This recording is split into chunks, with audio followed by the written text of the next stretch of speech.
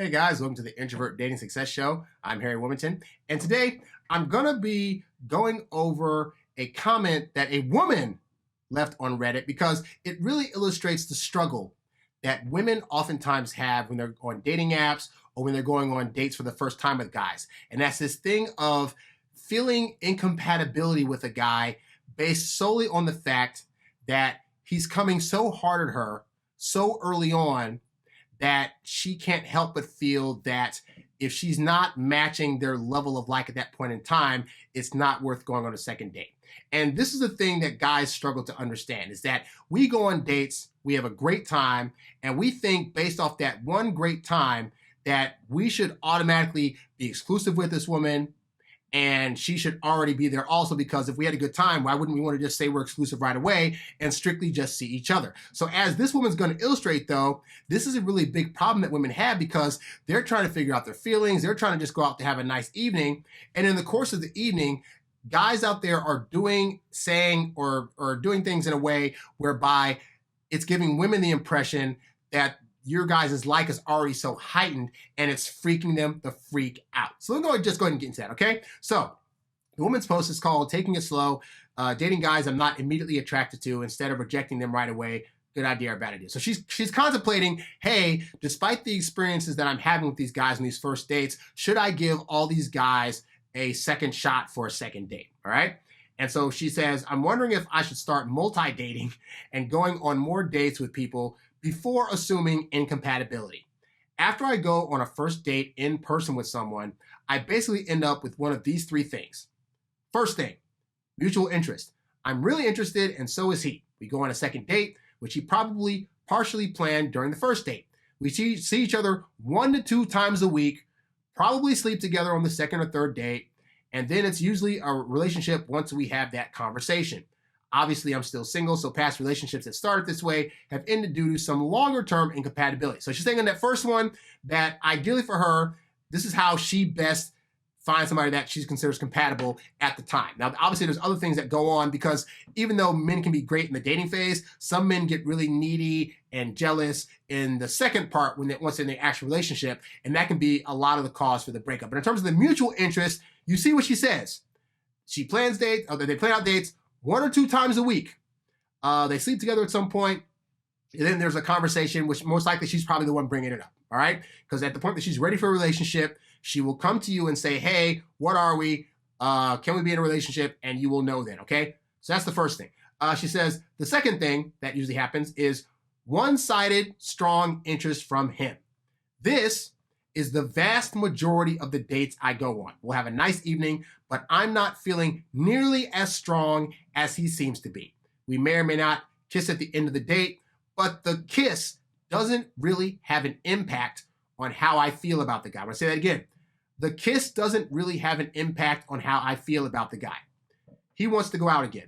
Sometimes I decline because of an actual incompatibility, but often I decline because I don't feel like I'm anywhere near matching his energy or enthusiasm, okay? So, and I'll go into the third one too. The third one is mutual disinterest. Basically, both of us don't feel it and it is what it is, okay? So she says, I'm trying to figure out how to behave in situation number 2. I'm wondering if I should just tell these guys that I want to take it slow and space out these dates so that I'm seeing them only once a week or less to see if something develops. Okay, so what does this tell you? Well, on this show, I tell you guys many times, on average, it takes a woman 2 to 3 months to solidify her feelings. And that in order for her to do that, she needs time to herself to be able to think about you, the date you went on. She needs time to not hear from you via text or to hear from you via you being on a date and trying to ask for another date. And so in these situations, how is it that she's feeling that this guy already has these heavy feelings for after just one date? What is it that you're doing on dates that make women feel that? Well, there's quite a few things. The first big one is you are trying to plan a second date on that first date. When you do that, what does it make it feel like to a woman? It makes it feel like you're already trying to galvanize her time. You're already trying to set up situations where she's going to see you more times than it warrants and more times than she's actually ready to do, okay? The second thing guys do on these dates is future speak.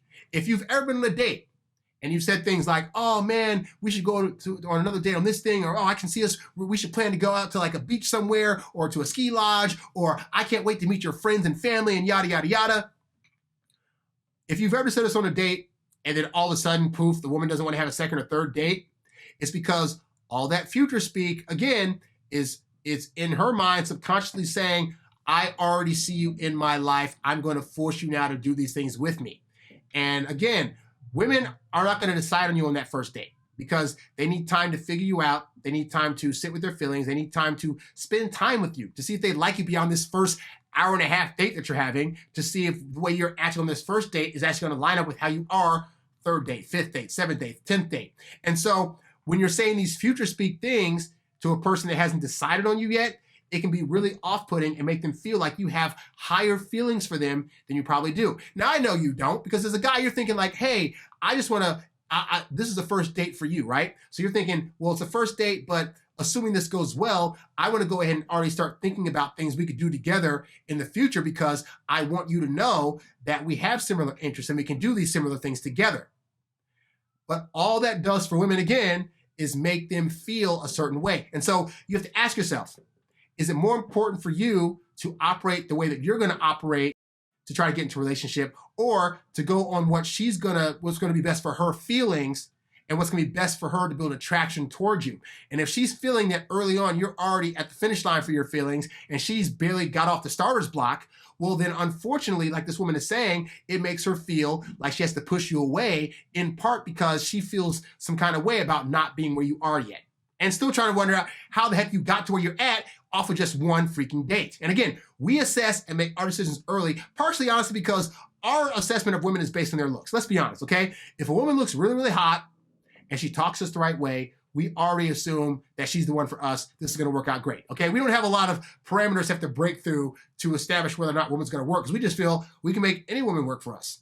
But for women, they've had the experience of trying that same thing and then getting with guys who were not right for them at all, who harmed them, who went out of the way to sabotage their lives, who made them feel crazy in certain ways, who weren't respecting them. And so they're going to err on the side of taking a little bit more time.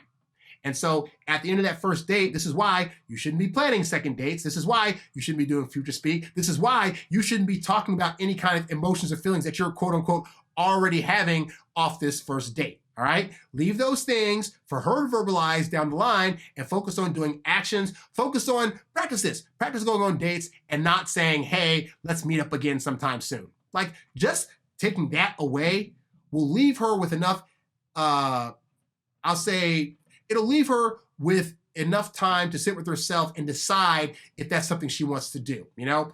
Also, admittedly, it brings out that thing of unknowing. It's you being mysterious because you're not telling her whether or not you're going to call her again or ask her out again. And because they have this feeling of want, by you not completely giving them that feeling in the moment of, does he want me or not, and giving them that exact answer, they have to now think about whether or not you want them, whether or not they did a good enough job on the date to warrant you wanting them, and to figure out if, just because for their ego's sake, if you're going to call them again to ask them out based on how well this date went, okay? Let those things happen.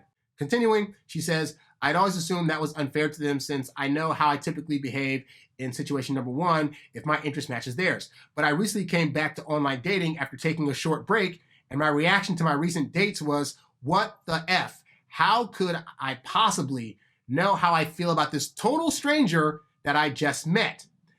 And yeah, and so she's sitting there thinking, I can't feel any kind of way after one date because this person, they want me to go from I've never met them before to I have instant love for them off of one date and a good conversation. How is that possible? I can't do that. How can they do that? Again, because they don't have the understanding of how guys do that. They're thinking either this must be a fluke or this guy's desperate for a relationship. I can't get with this guy because he's too desperate and too needy. All right. Continuing, she says, so I'm thinking I should give everyone more dates. Normally, I'd also feel a little resentful towards these guys for taking up my time dating me when I could be doing something fun instead, but I feel like that's a symptom of a different problem.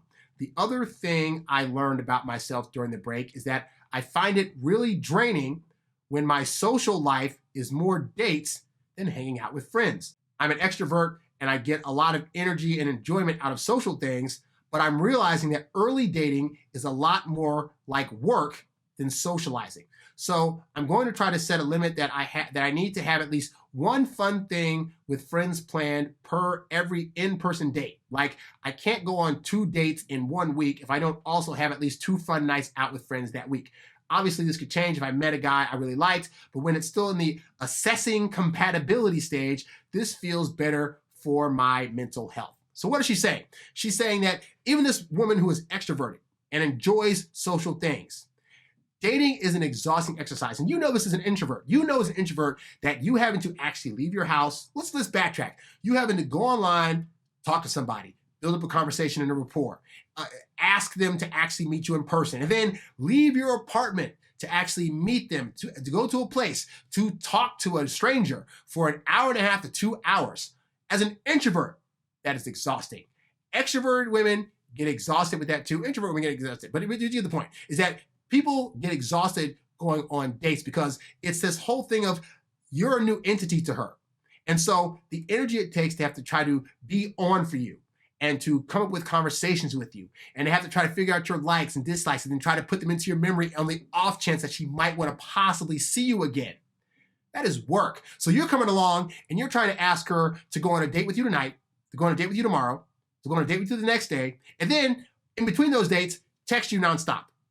How much work are you creating for the women that are trying to just get to know you?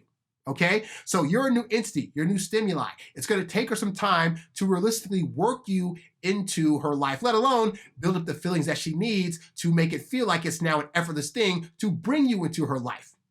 And so because of this, it is very important that on those first few dates, you're not trying to give a woman the impression that you're already so much into her that you've already made the decision that you want to be with her and be exclusive, because she needs time and she is not at that point yet, all right? And this is not a bad thing, okay? The more patient you are with women early on, the better she's going to have time to assess if she wants to be with you, and it's going to make her feel like she's actually deciding about you to be with you because she wants to, not because you're directly forcing her into it.